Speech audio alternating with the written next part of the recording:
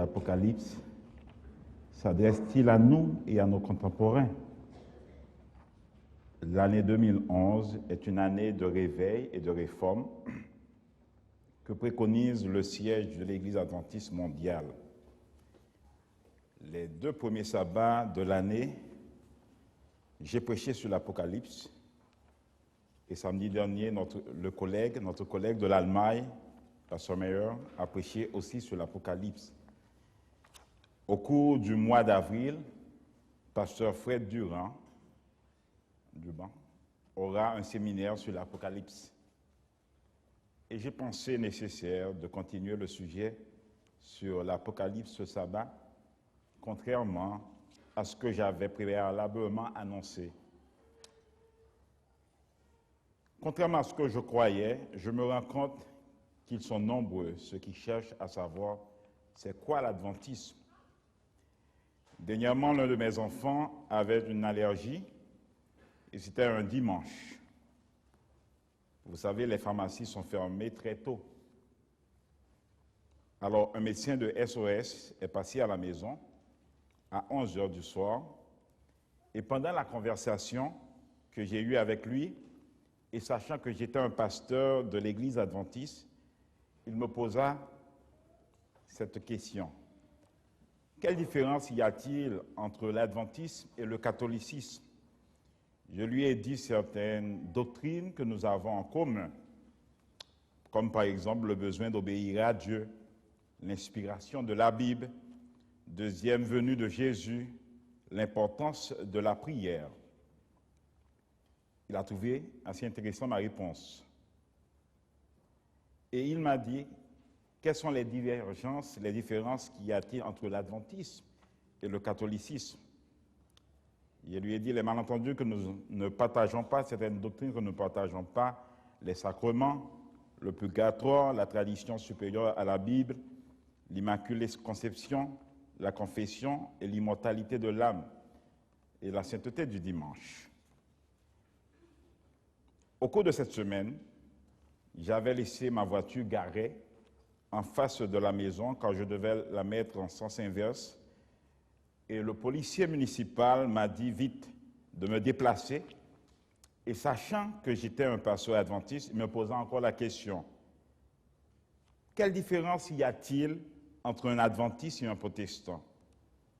Je lui ai donné ce que nous avons en commun et d'autres que nous n'avons pas. Avant-hier, il y a eu un travailleur public qui est passé au bureau à Neuilly. Il avait besoin d'une information et lorsque je suis descendu pour ouvrir le portail de l'église, j'ai été un peu surpris lorsqu'il m'a dit d'une façon presque désespérée, « Mon père, explique-moi quelle est la différence entre l'adventisme et le catholicisme. Je côtoie des adventistes, mais parfois on me dit que c'est la même chose.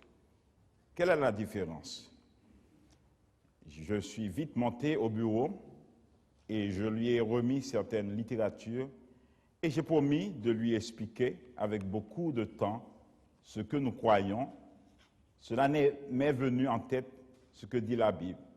Si ceux-ci se taisent, les pierres même crieront. Dernièrement, j'ai eu à baptiser une dame métropolitaine et lors d'une rencontre avec l'un des anciens de Creil, chez elle, je lui ai posé la question, qu'est-ce qui l'a poussée à venir à l'église adventiste?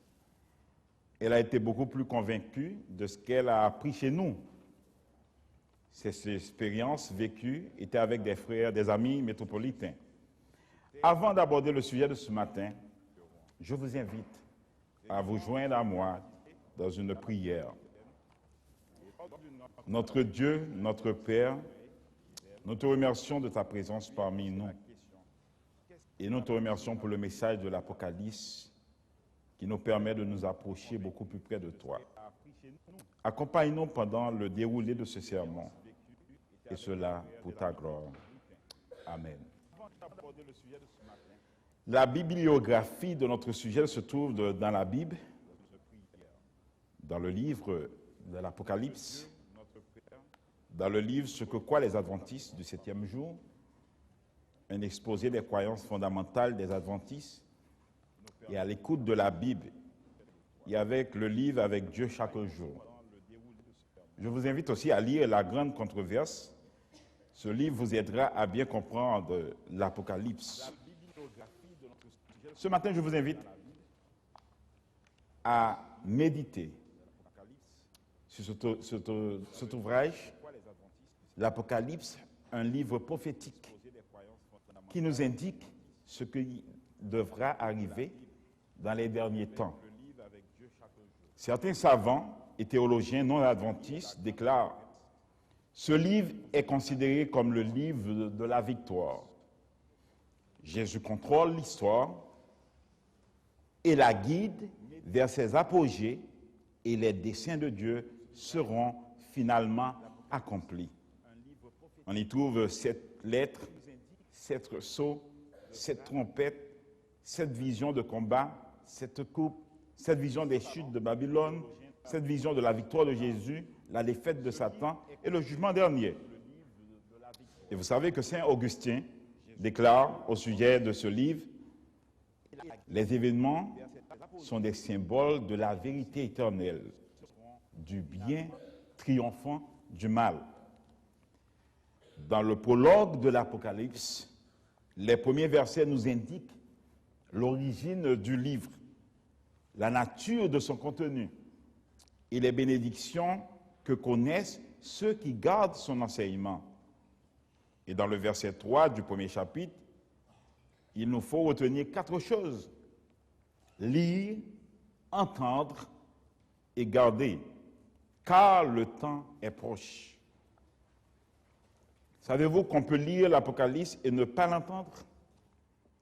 On peut lire et entendre sans vouloir garder les instructions. Et lorsque vous regardez l'épilogue de l'Apocalypse, dans le chapitre 22, et les versets 18 et 19, il y a un carton jaune, c'est-à-dire une admonestation, une mise en garde, si quelqu'un y ajoute quelque chose. Et si l'on retranche les paroles du livre de cette prophétie, Dieu retranchera sa part de l'arbre de la vie et de la vie le sainte, décrit dans ce livre. Ceci dit, l'Apocalypse n'est pas un livre qu'il faille prendre comme une fable, un roman, ou comme du racontard. Dans un contexte juridique actuel, on vous dirait de ne pas commettre une fraude. L'Apocalypse indique ce qui doit venir. Je vous pose la question, doit-on prêcher l'Apocalypse? Risque-t-elle d'offenser nos amis? Je me pose la question. Avertir à un ami d'un danger imminent ou le prévenir de certaines tromperies, c'est l'offenser ou l'aider? Parfois, j'entends dire que l'Apocalypse ne s'adapte pas à certaines cultures ou à certaines époques, où c'est un message un peu périmé, un peu ancien. Rappelons-nous que l'Apocalypse nous annonce ce qui va arriver dans le futur, avant le retour de Jésus. Permettez-moi d'être un peu rationnel, car l'une des choses que j'admire en France, c'est que nous sommes très rationnels et pas émotionnels. Ne pensez-vous pas que ce message est beaucoup plus facile à présenter à ceux qui ont une pensée rationnelle?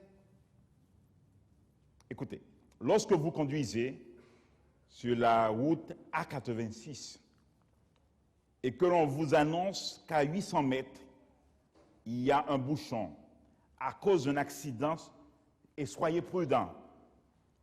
Cela s'adresse à certains chauffeurs ou à tous ceux qui conduisent sur la route A86.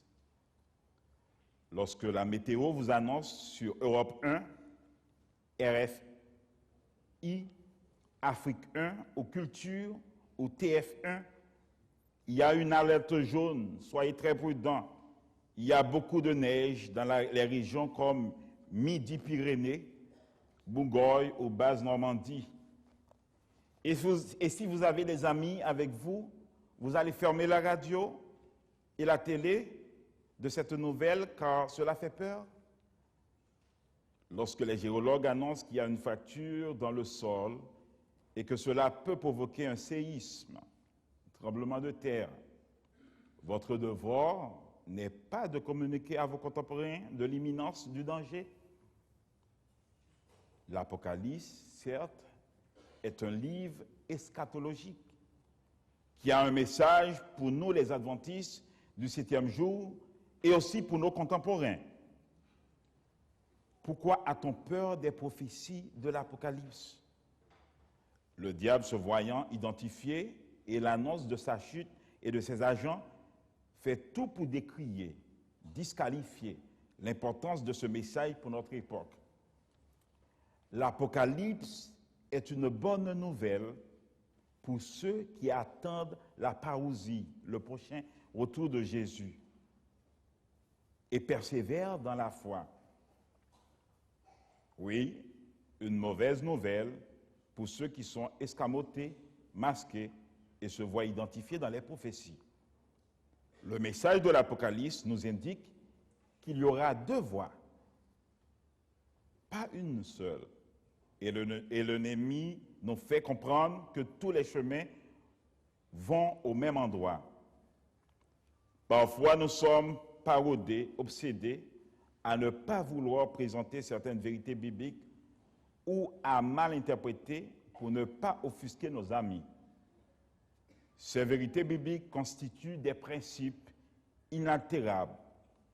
Parfois, nous pensons que certains de nos contemporains ignorent certaines vérités bibliques que nous croyons et nous découvrons qu'ils ont chez eux, nos littératures, ou qu'ils ont pris connaissance par Internet, et s'étonnent de voir que nous avons honte et peur de partager avec eux ce que nous croyons et ce que nous avons appris et refusons de croire. À qui le dernier livre de la Bible était-il destiné? Lorsqu'on nous regardons le mot grec d'Apocalypse sur l'Apocalypse, apocalypsis signifie révélation. Ce livre contient toute une série de révélations venant de Dieu et confiées à l'apôtre Jean par l'intermédiaire de Jésus-Christ. Dans la Bible, le Christ est présenté comme le révélateur par excellence. Je vous invite à lire Hébreux, le chapitre 1er, et les versets 1 et 2. Parmi les épreuves sur lesquelles l'Apocalypse fournit de précieuses indications, il faut mentionner un certain nombre de séductions signalées déjà dans l'Évangile. Après en avoir souligné les dangers, Jésus déclara: « Voici, je vous les ai annoncés d'avance. » Matthieu, le chapitre 24 et le verset 25. Cette parole du Seigneur pourrait être placée en exergue au début du livre de l'Apocalypse. Certes, l'Apocalypse est destiné aux fidèles disciples du Christ. Les révélations de l'Apocalypse devraient nécessairement rédigées en des termes qui leur soient familiers, dans un langage riche en symboles, compréhensible pour les lecteurs assidus de la Bible. Un grand nombre de ces symboles ont été empruntés aux écrits des prophètes, à ceux de Daniel en particulier, en employant un style semi-obscur et incompréhensible aux non-croyants. La providence a fait en sorte que les adversaires du christianisme ne puissent pas utiliser ces révélations comme motif d'accusation contre les chrétiens, soit à d'autres fins suspectes.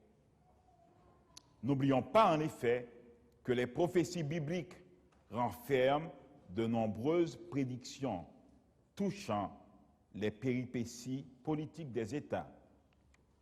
Lors d'un voyage avec ma famille au Brésil en 2004, j'écoutais avec beaucoup d'attention le message d'un fameux évangéliste adventiste, et il disait: « L'ennemi le plus dangereux n'est pas celui qui est à l'extérieur, mais celui qui est parmi nous, mais qui n'est pas avec nous. Judas était parmi les disciples, tout près de Jésus, mais il avait une feuille de route contraire. Il s'est servi de ses réseaux d'influence, je dis réseau d'influence, car il avait des contacts étroits avec le Sanhédrin. Et lorsqu'il disait à celui que je donnerai un baiser, c'est lui que vous devez saisir. Peut-être que l'on se pose des questions. Mais pourquoi Dieu a-t-il permis que par le baiser de Judas, on ait pris Jésus? Il fallait que les prophéties s'accomplissent. Parfois, nous nous rendons compte de certaines actions qui peuvent être va à l'encontre du plan de Dieu pour nous. Mais rappelez-vous que Dieu est en contrôle de toute son œuvre. Amen.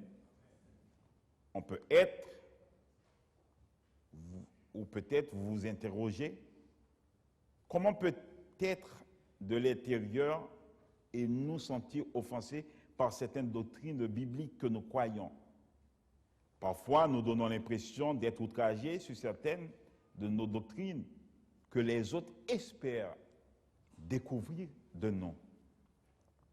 La pensée fondamentale de l'Apocalypse, c'est le retour glorieux de Jésus.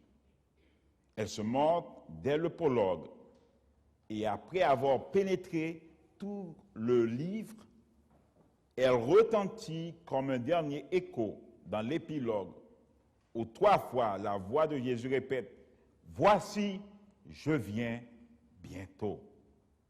À quoi l'Esprit et l'Épouse répondent « Oui, venez Seigneur ». Maranatha. Que les fidèles fixent donc leur regard sur ce glorieux avènement qui mettra fin aux épreuves des justes et couronnera l'œuvre encore, l'œuvre du Messie, tout en soutenant le courage des chrétiens de tous les âges, en soutenant aussi leur foi et leurs espérances. Tel est donc le but de l'Apocalypse, cité par la Sainte Bible et revu par Apiphare et S.J. Desclée, Lefebvre, éditeur pontifical, Paris, Rome, Tournai, en 1904, le volume 17, à la page 422. Les prophéties du livre de l'Apocalypse présentent clairement la mission du peuple de Dieu.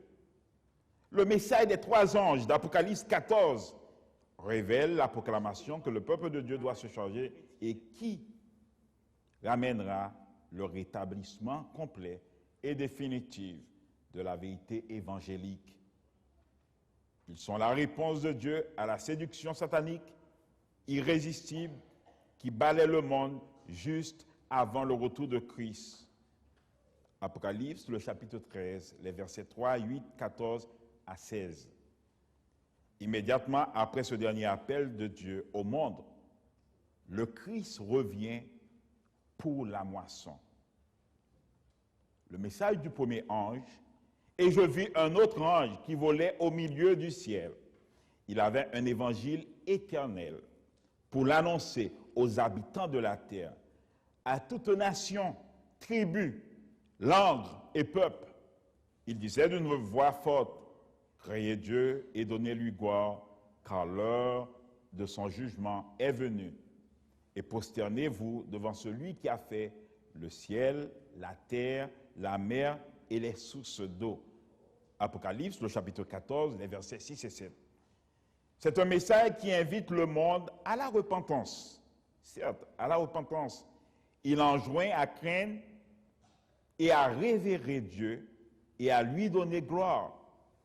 Glorifiez donc Dieu dans votre corps, dans votre esprit qui appartient à Dieu. 1 Corinthiens, le chapitre 6, le verset 19 et 20. Le fait que l'heure de son jugement soit arrivée donne de l'urgence à cet appel et au repentir. Dans l'Apocalypse, le chapitre 14, le verset 7, le mot jugement traduit en grec le mot krisis. et que vous pouvez rencontrer dans l'espagnol, crisis, une crise, et qui désire l'acte de juger et non la sentence. Le jugement, mais pas la sentence. Crima se réfère au tout se jouera finalement autour du vrai ou du faux. Du vrai et du faux évangile. Lorsque cette question sera clairement présentée au monde, il faudra prendre une décision. Rappelons-nous du mémorial du Dieu créateur, le sabbat biblique. Certes, Dieu a des enfants dans toutes les églises, mais il nous invite à restaurer une adoration véritable. C'est là la croyance adventiste, le numéro 13 de l'Église adventiste. Je vous invite à lire le chapitre « Le reste et sa mission », les pages 215 jusqu'à la page 234 des croyances fondamentales de l'Église adventiste du 7e jour. La prophétie, chers frères, chères sœurs, chers amis, chers collègues, fait partie des dons du Saint-Esprit. Ce don est l'une des marques distinctives de notre Église et s'est manifesté dans le ministère d'Ellen G. White.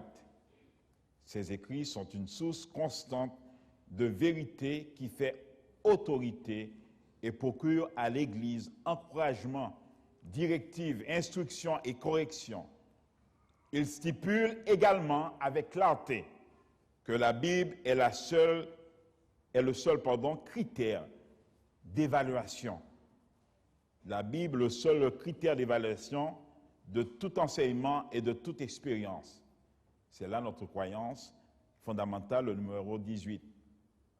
De nombreux chrétiens pensent que le don prophétique disparut avec la fin de l'époque apostolique. Mais la Bible révèle que dans la crise des temps de la fin, l'Église aura le besoin particulier d'être guidée par Dieu. Elle témoigne à la fois du besoin continu du don prophétique et des dispositions divines continues à ce sujet après l'époque du Nouveau Testament. La Bible ne laisse jamais entendre que Dieu retirerait les dons spirituels accordés à l'Église avant l'accomplissement de leurs objectifs, qui, d'après Paul, consiste à amener l'Église à l'unité de la foi et de la connaissance du Fils de Dieu, à l'état d'homme fait à la mesure de la stature parfaite du Christ. Voir Éphésiens, le chapitre 4 et le verset 13. Puisque l'Église n'est pas encore parvenue à cette expérience, elle a encore besoin de tous les dons de l'Esprit. Ces dons, y compris celui de prophétie, continueront à agir pour le bien du peuple de Dieu jusqu'au retour prochain de Jésus. Le don de prophétie s'est manifesté, comme nous l'avons dit, dans la vie de Sir White. Et lorsque nous regardons que Dieu a inspiré Jean, qui a écrit ce livre rempli d'espoir pour chacun de nous, nous rappelant le retour glorieux de Jésus, qui apportera une solution aux problèmes de ce monde. Nous sommes tous invités à faire de message des trois anges un message d'espoir pour l'humanité. Dans la lettre à l'église de Smyrne, le vainqueur n'a rien à craindre de la seconde mort. Et dans la lettre à l'église de Thyatire, au verset 26 à 28, il dit au vainqueur, à celui qui garde mes œuvres jusqu'à la fin, je donnerai pouvoir sur les nations avec un sceptre de fer.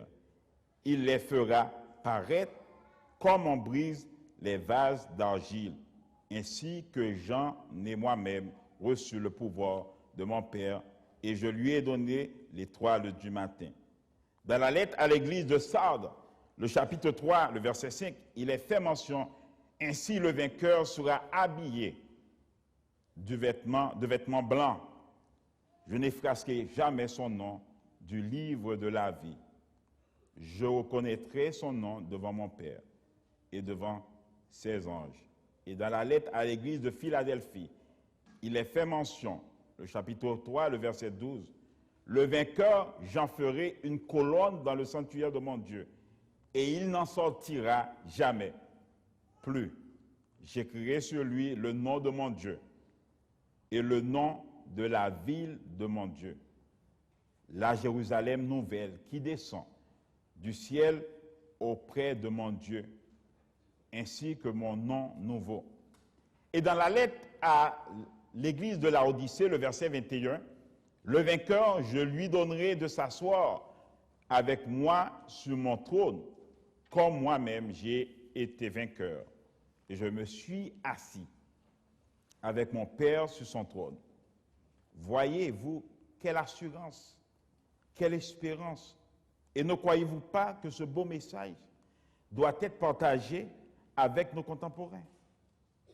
Cela n'attire pas votre attention qu'à la fin de chaque message adressé aux églises, il est fait mention que celui qui a des oreilles entende ce que l'Esprit dit aux églises. Certains auraient pu dire, mais pourquoi l'Apocalypse rappelle-t-elle à chaque instant de prêter attention?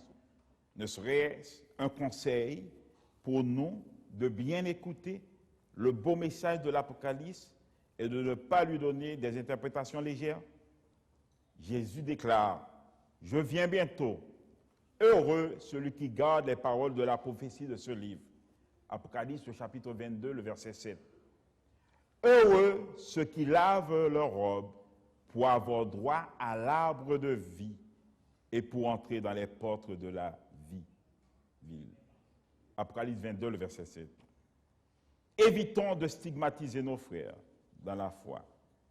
Fuyons les extrêmes.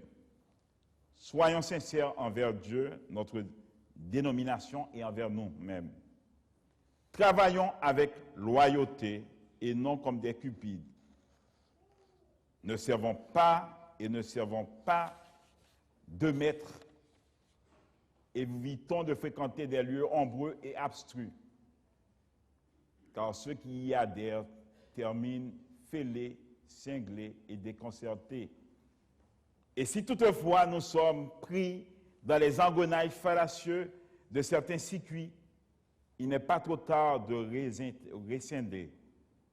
Nous ne devons pas pactisser avec les forces du mal, ennemis du Seigneur, tout en voulant retenir certaines responsabilités dans l'œuvre de Dieu. Le Seigneur est capable de nous enlever de ce bourbier, de ce marais bas-fond spirituel. Laissons entrer dans nos cœurs le Roi de gloire. Ouvrons nos portes à Jésus. Que le Seigneur nous aide à comprendre ce beau message, à nous préparer pour son retour et que nous partageons avec d'autres que Jésus revient bientôt.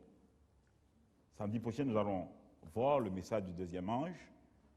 Et le premier sabbat du mois de mars, nous verrons le troisième message, le message du troisième ange.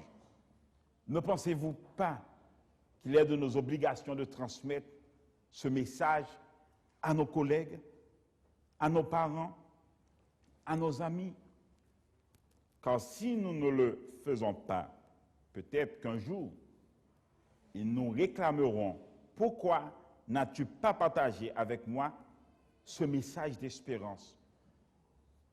Je vous invite ce matin à incliner votre tête. Demandons au Seigneur, en prenant de nouvelles résolutions, que nous partageons ces vérités, que nous croyons, que lors de notre baptême, nous avons pris l'engagement d'accepter ces vérités bibliques. Que faisons-nous de ces messages? Demandons au Seigneur de nous aider à partager notre foi avec d'autres, à étudier la Bible et à persévérer dans la foi. Je vous invite à incliner la tête et prions. Notre Dieu, notre Père, merci pour ton amour. Merci pour la grâce que tu nous as donnée, ce salut que tu nous as offert gratuitement. Aide-nous à le saisir et à te suivre. Aide-nous à être toujours de ton côté. Merci pour ce message de l'Apocalypse et aide-nous à rester fidèles jusqu'à la fin. C'est là ma prière pour vous et pour moi.